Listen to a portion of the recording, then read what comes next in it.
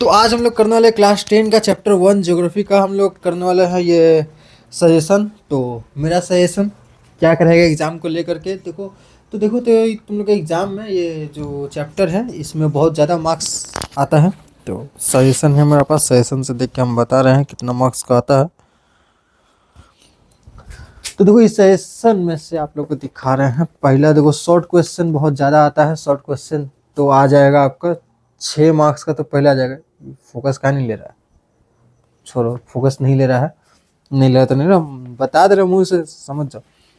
1 marks का MCQ 6 आएगा इस चैप्टर से। 1 मार्क्स का क्वेश्चन आंसर 9 आएगा। 2 मार्क्स का 2 आएगा। 3 मार्क्स का 1 आएगा। 5 मार्क्स का 2 आएगा। टोटल 32 मार्क्स सिर्फ ये अकेला चैप्टर से आता है। तो इस चैप्टर को अच्छे से पढ़ना है, ध्यान से पढ़ना है। 32 में से 30 तो इस चैप्टर से मिल ही जाने चाहिए, इस तरीके से पढ़ना है।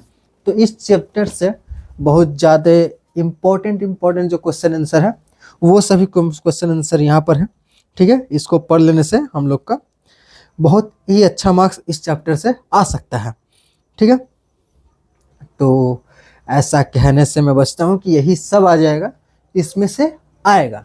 ठीक है, पेपर में नहीं बनाता तो इसलिए मुझको पता नहीं रहता क्या आने वाला है क्या नहीं। तो देखो पहला क्वेश्चन है, वह प्रक्रिया जिसमें गुरुत्वाकर्षण द्वारा मिट्टी और चट्टान की परतें ढाल के साथ नीचे आती है उसे क्या कहलाती है? तो संहति क्षय। वह प्रक्रिया जिसमें गुरुत्वाकर्षण के कारण बहुत ज़्यादा पहाड़ का जो मलबा है, एक साथ पहाड़ का बहुत ज़्यादा हिस्सा नीचे खिसक जाता है, उसको मास वेस्टिंग कहते हैं। बहुत ज़्यादा, बहुत बड़ा लेवल पे होता है और बड़ा खतरनाक होता है। ठीक है, अगर नीचे आप खड़े तो दब के मर जाएंगे, निकलने का मौका भी नहीं मिलेगा। एक बाहुबली में सीन होता है जिसमें एक पीछे से बहुत पहाड़ का बर्फ जो है बाहुबली के पीछे एकदम खिसकते खिसकते आता है। अच्छा, एक छोटा सा आवाज हुआ तो पूरा बर्फ ऊपर से नीचे ढहने लगा। उसको भी एक तरह का मास वेस्टिंग ही बोलेंगे, लेकिन मास वेस्टिंग में क्या होता है, मिट्टी वगैरह होता है, लेकिन उसमें बर्फ था। तो ठीक है, बहिर्जात प्रक्रिया का एक प्रमुख उदाहरण कौन सा है? बहिर्जात प्रक्रिया। बहिर्जात वो प्रक्रिया जो पृथ्वी के बाहर कार्य करती है, और ये क्या करती है, पृथ्वी को समतल बनाने में काम करती है। पृथ्वी के ऊपर क्षय का कार्य करती है, क्षय, परिवहन और ले जाके रख देती है कहीं भी, तो उसको निक्षेपण। तो उन सब प्रक्रिया को बोलते हैं बहिर्जात प्रक्रिया। तो बहिर्जात प्रक्रिया का एक प्रमुख उदाहरण क्या है? अपक्षय। बहिर्जात प्रक्रियाओं का एक प्रमुख उदाहरण है अपक्षय होता है उससे, कि जैसे पानी करती है, हवा करती है, वो क्या करती है, अपक्षय करती है। पंजाकार डेल्टा का निर्माण किस नदी द्वारा होता है? तो पंजाकार डेल्टा का निर्माण किस नदी द्वारा होता है? मिसिसिपी मिसौरी नदी। पंजाकार डेल्टा का निर्माण होता है बहुत सारे नदी द्वारा होता है। मिसिसिपी मिसौरी नदी में भी पंजाकार डेल्टा पाए जाते हैं। वायु के संचय कार्य द्वारा बनी पीली मिट्टी का मैदान क्या कहलाता है? तो लोयस का मैदान। हवा आती है, धूल उड़ा उड़ा के लेके जाती है और एक जगह ले जाकर बिछा देती है। हवा तेज बहती है तो तेज हवा जब बहती है यहाँ से उठा के ले गई, दूसरा जगह हवा जब धीमा हो जाती है तो वहां पर ले जाके बिछा देते हैं। उसको लोयस का मैदान कहते हैं। वहाँ पर बहुत छोटे छोटे धूल पाए जाते हैं, पूरा मैदान धूल से भरा होगा। ठीक है, तो उसको लोयस का मैदान कहते हैं। हिमनदी के ऊपर हिमनद के ऊपर बनी गहरी दरारों को क्या कहते हैं? तो हिमनद के ऊपर जो गहराई में बना दरार बना रहता है, जो कि बहुत गहरा रहता है। अगर हम लोग बर्फ का नदी पर चल रहे हैं और उस पर दरार है और ऊपर से हल्का सा बर्फ जम गया है और नीचे में बहुत गहरा दरार है, तो हम लोग जैसे उस पर पाँव रखेंगे तो एकदम बहुत अंदर तक ढुक जाएंगे।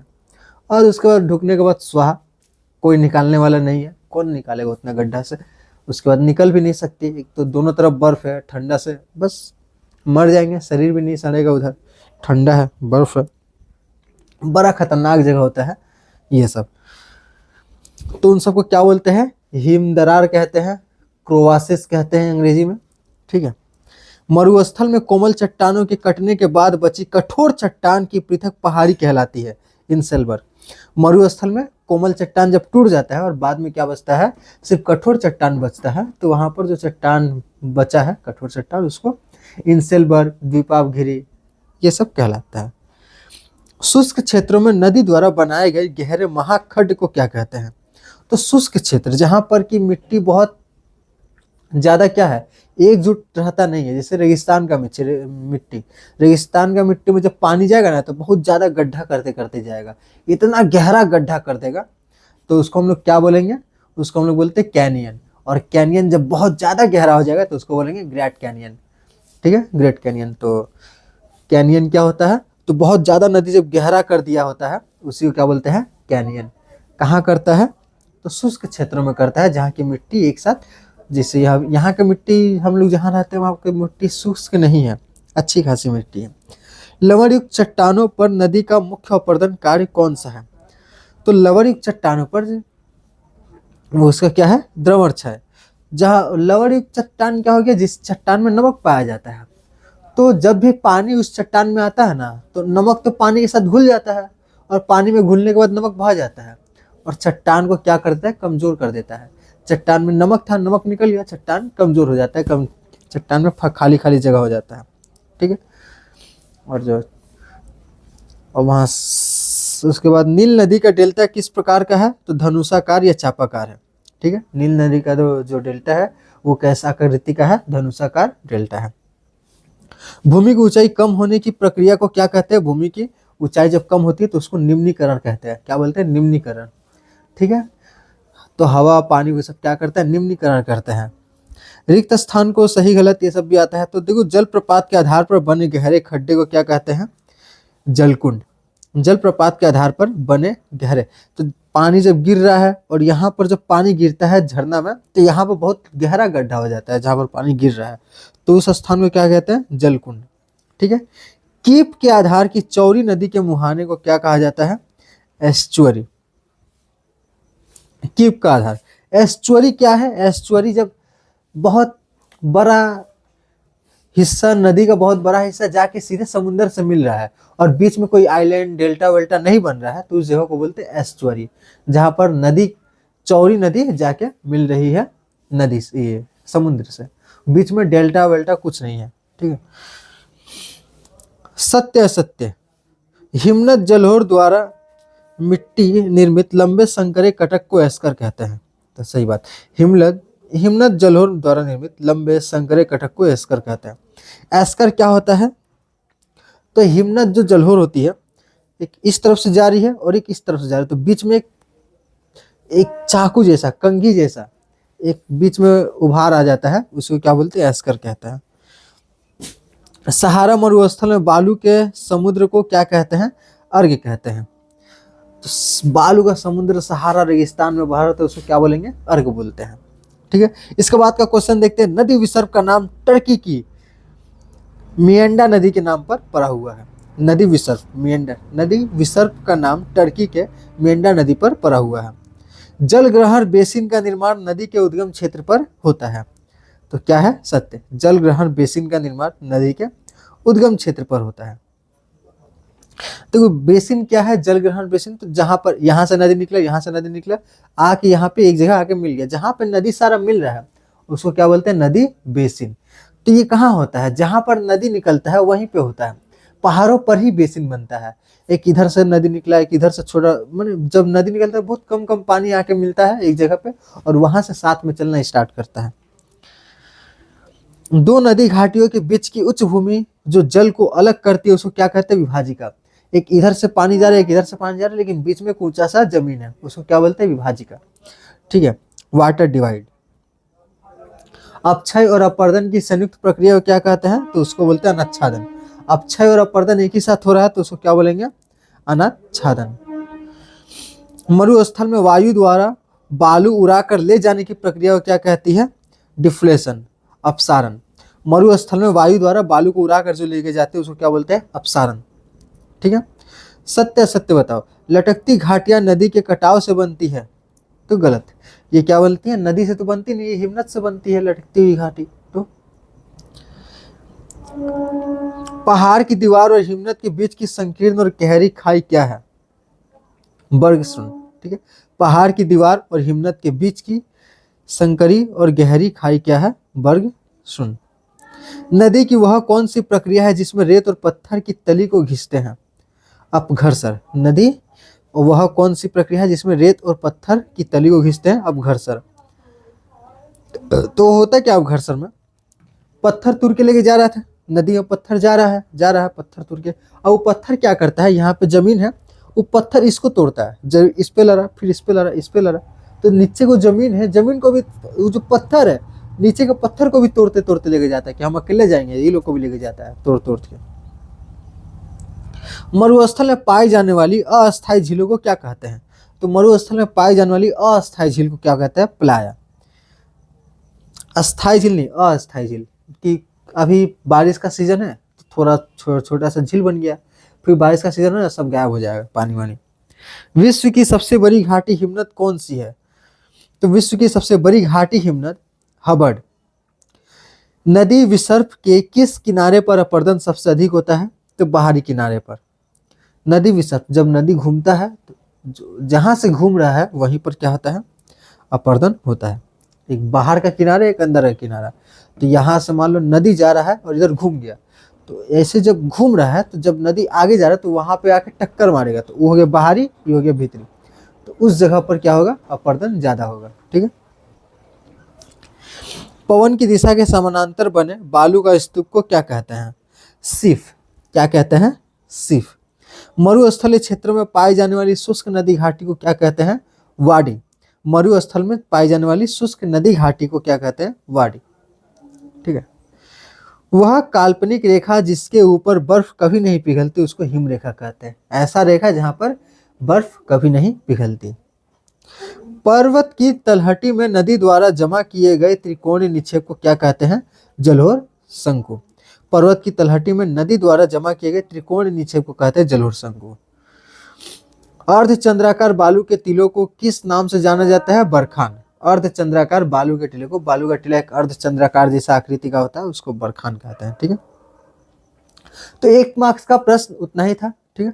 अब आते हैं 2 मार्क्स के 10 प्रश्न पर। 2 मार्क्स के 2 प्रश्न आपके एग्जाम में आने वाले हैं, तो हम लोग 10 प्रश्नों को देखेंगे जो एग्जाम में आ सकते हैं। जल विभाजिका किसे कहते हैं? तो हम लोग 1 मार्क्स में ही पढ़े ना, 2 नदी प्रणालियों या नदी बेसिनों को अलग करने वाली उच्च भूमि जैसे पर्वत या पठार को जल विभाजिका कहते हैं। उदाहरण के रूप में हिमालय पर्वत श्रेणी को लिया जा सकता है। इंसेलबर्ग या द्वीपाभागिरी। मरुस्थलीय क्षेत्रों में कोमल चट्टानों के अपर्दन के बाद बची हुई कठोर चट्टानों की पृथक और गुंबदाकार पहाड़ियों को इंसेलबर्ग या द्वीपाभागिरी कहते हैं। अनाच्छादन की परिभाषित करो। अपक्षय और अपर्दन की संयुक्त प्रक्रिया जिसके द्वारा पृथ्वी की सतह की चट्टानें धीरे धीरे कटती, घिसती और भूमि समतल होने लगती है, उसको अनाच्छादन कहते हैं। ठीक है। जलोढ़ शंकु किसे कहते हैं? जब नदी पहाड़ी ढाल से अचानक समतल मैदान में प्रवेश करती है तो उसका वेग कम हो जाता है और कंकर, पत्थर व मलबा त्रिकोणीय शंकु के रूप में जमा होने लगते हैं, जिसे जलोढ़ शंकु कहते हैं। ठीक है। जब भी पढ़ेंगे तो दिमाग में हम लोग का चित्र बनना चाहिए कि क्या हो रहा है। बर्ग शुंड किसे कहते हैं? एक गतिशील हिमनद। तो हम लोग को दिमाग में आना चाहिए गतिशील हिमनद, एक बर्फ का नदी है जो आगे की ओर बढ़ रही है। गतिशील हिमनद माने बर्फ का नदी जो आगे की ओर बढ़ रही है और पर्वत की खड़ी दीवार के बीच बनी गहरी और संकीर्ण दरार को बर्गशृंड कहते हैं। तो इधर से नदी आ रहा था, सामने पर्वत का दरार, पर्वत ऊंचा है तो नदी उसको ये इसके ऊपर चढ़ गया और उसके बीच में एक दरार पड़ जाता है, उस दरार को क्या कहते हैं? बर्गशृंड कहते हैं। तो दिमाग में हमेशा चित्र बनना चाहिए, ज्योग्राफी में चित्र बनना जरूरी है और चित्र हम लोग का एग्जाम में आएगा लिख कर बनाने के लिए। हिमशैल क्या है? आइसबर्ग क्या है? समुद्र या महासागर के खारे पानी में तैरते हुए बर्फ के विशाल खंड को हिमशैल कहते हैं। तो हिमशैल क्या है? तालाब, समुद्र में बर्फ बहुत तैरता हुआ देखने को मिल जाता है, उसे क्या बोलते हैं? हिमशैल। इसका केवल बहुत छोटा भाग ही जल की सतह के ऊपर दिखाई देता है और बहुत सारा भाग नीचे रहता है। ठीक है। इसी में लड़ के टाइटैनिक को डूबा था। टाइटैनिक देखा कि ऊपर में छोटा सा हिमनद है, लेकिन हिमनद तो नीचे में सबसे ज्यादा होता है, गया जाके लड़ा दिया है हिमशैल में, बस डूब गया। लोयस का मैदान किसे क्या है? तो लोयस का मैदान पर मरुस्थलीय क्षेत्रों से पवन द्वारा उड़ाई गई बारीक और उपजाऊ मिट्टी जब दूर दराज क्षेत्रों में जमा हो जाती है तो उससे बने मैदान को लोयस का मैदान कहते हैं। चीन का लोयस का मैदान इसका प्रसिद्ध उदाहरण है। ठीक है। आसान शब्दों में लिखा है, पढ़ के समझ में आ जाना चाहिए। अपवाहन गर्त का निर्माण कैसे होता है? डिफ्लेशन होलो का निर्माण कैसे होता है? मरुस्थल में जब पवन किसी एक स्थान से बार बार बालू उड़ा कर ले जाती है तो वहां एक गहरा गड्ढा बन जाता है जिसे अपवाहन गर्त कहते हैं। निक्षेपर की परिभाषा दीजिए। तो नदी हिमनद या पवन द्वारा लाए गए मलबे जैसे मिट्टी, बालू और पत्थर के किसी स्थान पर जमा होने की प्रक्रिया को क्या कहते हैं? निक्षेपर कहते हैं। पक्षी के पांव जैसा डेल्टा कैसे बनता है? तो जब नदी समुद्र में गिरते समय कई धाराओं में विभाजित हो जाती है और उसका मलबा पक्षी की अंगुलियों के समान फैलकर जमा होने लगता है तो पक्षी के पांव जैसा डेल्टा तैयार होता है। ठीक है, तो ये था हम लोग का 2 मार्क्स के 10 इंपॉर्टेंट प्रश्न जिसमें से 2 एग्जाम में आने के चांसेस 90% है। ठीक है, 10% में नहीं आए तो भी आ जाएंगे, इतना नेगेटिव नहीं होता है। ठीक है, तो इसमें से पढ़ना, एग्जाम में जरूर आएंगे इसमें से क्वेश्चन। सहायक नदी और उपनदी में अंतर स्पष्ट करो। सहायक नदी क्या होती है और उपनदी क्या होती है? तो सहायक नदी वह नदी है जो मुख्य नदी में मिलकर उसके जल की मात्रा बढ़ाती है। सहायक नदी वो नदी जो मुख्य नदी में जाकर मिलती है और उसके पानी को बढ़ा देती है। यह प्राय ऊपरी या पहाड़ी क्षेत्रों में पाई जाती है। उपनदी वह नदी है जो मुख्य नदी से अलग होकर अपना स्वतंत्र मार्ग बना लेती है। तो सहायक नदी आके मिलती है, उपनदी क्या है? मेन नदी जा रहा था उससे अलग हो जाती है। ठीक है, मेन नदी जा रहा है इस साइड से अलग होगी, हम अपना अलग जाएंगे, और सहायक नदी आके नदी से मिलती है। जो मुख्य नदी से अलग होकर अपना स्वतंत्र मार्ग बना लेती है वह सामान्यतः नदी के निचले भाग या डेल्टा क्षेत्र में जाके बनती है। तो सहायक नदी जो है पहाड़ों पर ही मिल जाता है, लेकिन जो ये उपनदी है वो मैदानी क्षेत्र या फिर डेल्टा क्षेत्र में जाके अलग होता है। दो अंतर लिखा हुआ है। मरुस्थलीय क्षेत्र में पवन का कार्य सबसे प्रभावशाली क्यों होता है? मरुस्थलीय क्षेत्र में तो देखो, मरुस्थल में वनस्पति का अभाव होता है, पेड़ पौधा नहीं है, जिससे पवन के मार्ग में कोई बाधा ही नहीं होता है। जलवायु शुष्क होने के कारण मिट्टी ढीली रहती है, पानी उन्हें भी नहीं पड़ता है, तो मिट्टी क्या होता है? मिट्टी एक दूसरे से जकड़ा हुआ नहीं रहता है, शुष्क रहता है, एक दूसरे से बिखरा उखरा रहता है। तो तेज हवा उसे आसानी से उड़ा लेके जाती है। इसी कारण पवन का कार्य वहां पर अत्यंत प्रभावशाली होता है। ठीक है, नदी के मुहाने पर डेल्टा बनने की आवश्यक शर्त क्या है? कि नदी के मुहाने पर डेल्टा कब बनेगा? नदी के मुहाने पर डेल्टा बनने की आवश्यक शर्त देखो, डेल्टा बनने के लिए नदी में मलबे की मात्रा अधिक होनी चाहिए। समुद्र के मुहाने जहां पर पड़ रहे हैं दिखाई दे रहा है, समुद्र के मुहाने पर ज्वार भाटा और समुद्री लहरें कमजोर होनी चाहिए। समुद्र के मुहाने पर ज्वार तेजी से ना आता हो, धारा बहुत तेज ना हो, तभी वहां पर मिट्टी टिक पाएगा, तभी ना वहां पर डेल्टा बनेगा। डेल्टा माने क्या? एक आइलैंड। आइलैंड जहां पर कहां पे बनेगा? जहां पर नदी खत्म हो रही है वहां पर अगर आइलैंड बन रहा है उसी आइलैंड को डेल्टा कहते हैं। डेल्टा कोई कुछ है थोड़ी, आसान है। समुद्र के मुहाने पर ज्वार भाटा और समुद्री लहरें कमजोर होनी चाहिए तथा नदी का वेग मुहाने पर बहुत कम हो जाना चाहिए, तभी वहां पर क्या होगा? आइलैंड बनेगा। ठीक है, सीफ, बालू का स्तूप और बरखान में अंतर लिखो। देखो, बरखान अर्धचंद्राकार बालू के टीले होते हैं और ये पवन की दिशा के लंबवत बनते हैं। सीफ लंबे और संकरे कटक जैसे होते हैं तथा पवन की दिशा के समानांतर बनते हैं। इन लोगों का फोटो अगर हम लोग नहीं देखेंगे तो समझ में नहीं आएगा। ठीक है, तो फोटो लगाने का टाइम भी नहीं है। नदी घाटी और हिमनद घाटी में अंतर बताइए। तो नदी घाटी अंग्रेजी के भी अक्षर के समान होती है और हिमनद की घाटी जो होती है वो यू अक्षर के समान में होती है, क्योंकि हिमनद तली के साथ किनारों को भी खींचता है, लेकिन जो नदी है वो सिर्फ तली को ही खींचती है और हिमनद तली के साथ साथ किनारे को भी खींचता है, तो उसकी घाटी यू आकार की हो जाती है और नदी की आकृति भी आकार की, नदी की घाटी की आकृति भी आकार की होती है। ठीक है, तो ये 3 मार्क्स के 5 इंपॉर्टेंट प्रश्न थे। ठीक, इसके बाद हम लोग आते हैं 5 मार्क्स के 2 प्रश्न आएंगे और यहीं पर हम लोग का आता है अच्छा खासा मार्क्स। तो देखो, 5 मार्क्स के जो प्रश्न होते हैं, नदी के अपर्दन द्वारा निर्मित 3 प्रमुख भू आकृतियों का सचित्र वर्णन करें। नदी के अपर्दन द्वारा निर्मित 3 प्रमुख भू आकृतियों का, नदी का अपर्दन, ठीक है, अपर्दन कार्य बोल रहा है, तो नदी का अपर्दन कार्य कहाँ होता है? पहाड़ों पर ही होता है। ठीक है, तो देखो अपर्दन कार्य में क्या होता है? बी आकार की घाटी बनता है, आई आकार की घाटी बनता है। तो लिख देंगे, पहले हेडिंग लिखो उसके बाद लिखेंगे ऊंचे पर्वत नदी क्षेत्रों में। देखो चित्र बनाना यहाँ पे ज्यादा इंपॉर्टेंट है, पहले इधर चित्र बनाएंगे, पहले पहले ही लिख देंगे, उसके नीचे चित्र बनाएंगे, ठीक है। पहले उत्तर लिखेंगे, भी आकार की घाटी, आयकार की घाटी, फिर उसका चित्र भी बनाएंगे। ऊंचे पर्वतीय क्षेत्रों में नदी अपनी तली को तीव्र गति से काटती है, जिससे गहरी और संकीर्ण भी आकार की घाटी बनती है। शुष्क क्षेत्र में यही घाटी अत्यधिक गहरी होकर कैनियन कहलाती है। दूसरा क्या है, जलप्रपात। जब नदी के मार्ग में कठोर और कोमल चट्टान ऊर्ध्वाधर रूप में आती है, ऊर्ध्वाधर रूप माने पहले कोमल चट्टान, फिर कठोर चट्टान, फिर कोमल चट्टान, फिर कठोर चट्टान, तो क्या होता है, कठोर चट्टान से आया, सामने कोमल चट्टान मिला तो कोमल चट्टान को तोड़ दिया, तो ऊपर से लेकर नीचे तक गिर रहा है। तो जब नदी के मार्ग में कठोर और कोमल चट्टान ऊर्ध्वाधर रूप में स्थित होती है तो कोमल चट्टान शीघ्र कट जाती है और नदी का जल ऊंचाई से नीचे गिरता है, जिससे जलप्रपात का निर्माण होता है। जलगर्तिका। नदी के तली में पत्थरों के घूमने और घर्षण की क्रिया से छोटे छोटे गोल गड्ढे बन जाते हैं, उन्हें जलगर्तिका कहते हैं। और तीनों का चित्र बनाना इंपॉर्टेंट है, तभी हम लोग को 5 मार्क्स मिलेंगे, नहीं तो नहीं मिलेंगे, ठीक है। वायु के अपर्दन द्वारा निर्मित 3 प्रमुख भू आकृतियों का वर्णन करो। वायु के अपर्दन कार्य, एक जल का अपर्दन कार्य पर है, वायु के अपर्दन से बनने वाली 3 प्रमुख भू आकृतियों का वर्णन करो। और सचित्र बोलता है एग्जाम में, चित्र बनाना इंपॉर्टेंट है, और सचित्र बोले चाहे ना बोले, चित्र बनाना इंपॉर्टेंट है। मरुस्थलीय क्षेत्रों में वायु का अपर्दन कार्य अत्यंत प्रभावशाली होता है, जिससे अनेक विशिष्ट स्थल रूप बनते हैं।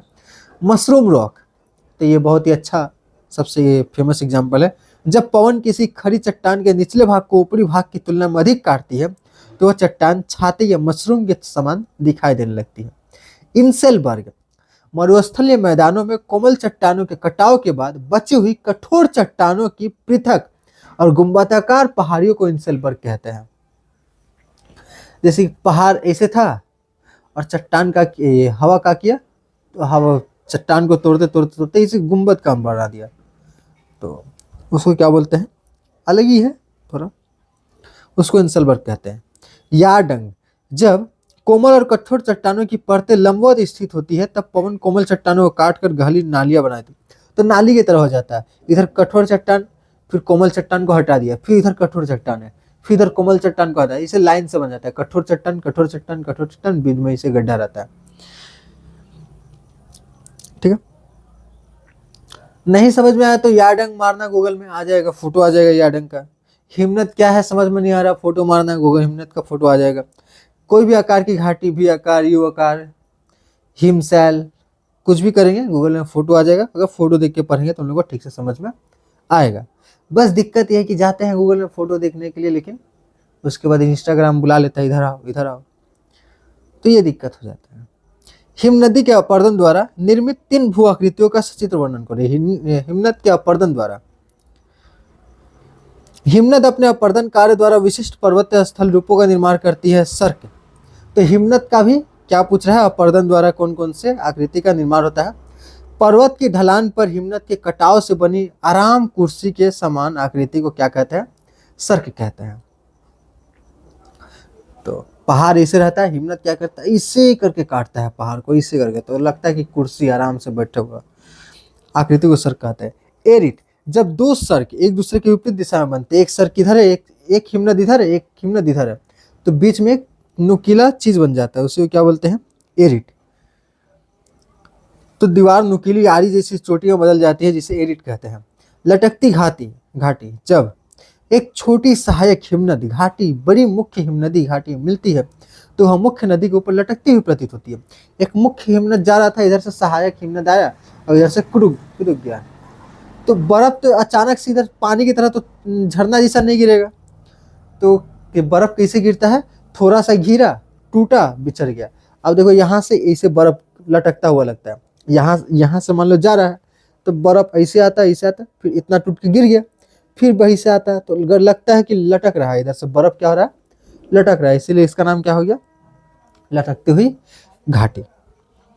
शुष्क क्षेत्रों में वायु एवं बहते जल की संयुक्त क्रिया द्वारा निर्मित स्थलाकृतियों का वर्णन करो। तो वायु और जल दोनों मिलाकर के जैसा आकृति बनाता है। तो मरुस्थल क्षेत्रों में वायु बहते जल की संयुक्त क्रिया से कोई महत्वपूर्ण स्थलाकृतियां बनती है, जैसे पेडिमेंट।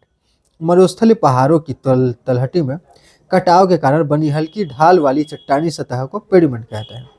बजाडा, जब कई जलोढ़ शंकु आपस में मिल जाते हैं तो पेडिमेंट के नीचे जो विस्तृत और उपजाऊ मैदान बनता है उसे बजारा कहते हैं। पलाया, मरुस्थलीय क्षेत्रों में पहाड़ों से घिरी अस्थायी खारे पानी के झीलों को पलाया कहते हैं। ठीक है, और ये हम लोग का लास्ट क्वेश्चन, हिमनद के निक्षेपर द्वारा निर्मित 3 भू आकृतियों का वर्णन करो। निक्षेपर द्वारा, हिमनद के निक्षेपर द्वारा निर्मित 3 भू आकृतियों का वर्णन करो। हिमनद अपने निक्षेपर कार्य द्वारा विभिन्न स्थलाकृतियों का निर्माण करता है, जैसे कि हिमोर। हिमनद द्वारा लाए गए कंकर, पत्थर और मलबे के जमाव को हिमोर कहते हैं। यह पासर, मध्य या अंतिम हिमोर हो सकता है। ड्रमलिन, हिमनद के मलबे से बनी अंडे की टोकरी जैसी आकृति वाली पहाड़ियों को ड्रमलिन कहा जाता है। एस्कर, हिमनद के नीचे बहने वाली जलधारा द्वारा जमा किए गए लंबे, संकर और घुमावदार कटक को एस्कर कहता है। ठीक है, तो बस यही था हम लोग का चैप्टर 1 का मोस्ट इंपोर्टेंट क्वेश्चन आंसर। इन सबको याद कर लेना, इन सब में से ही एग्जाम में आएगा। ठीक है, बस हम लोग मिलते हैं नेक्स्ट वीडियो में। Tata, bye bye, see you next day, next video.